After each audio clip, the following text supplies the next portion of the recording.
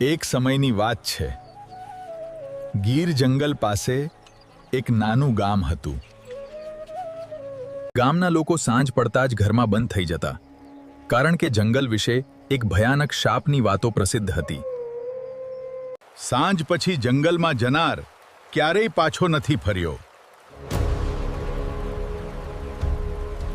આ બધું માત્ર લોકોનો ડર છે જ. હું સત્ય શોધી બતાવીશ.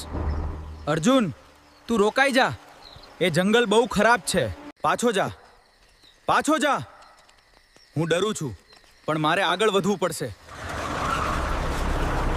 અચાનક તેને એક જૂનું તૂટેલું મંદિર દેખાય છે. દિવાલ પર લાલ અક્ષરોમાં લખેલું હતું, જે અંદર જશે તે જીવતો પાછો નહીં ફરેદ. હું આ જંગલનો શાપ છું. હવે તું અહીંથી ક્યારેય નહીં જઈ શકે. મને બચાવો!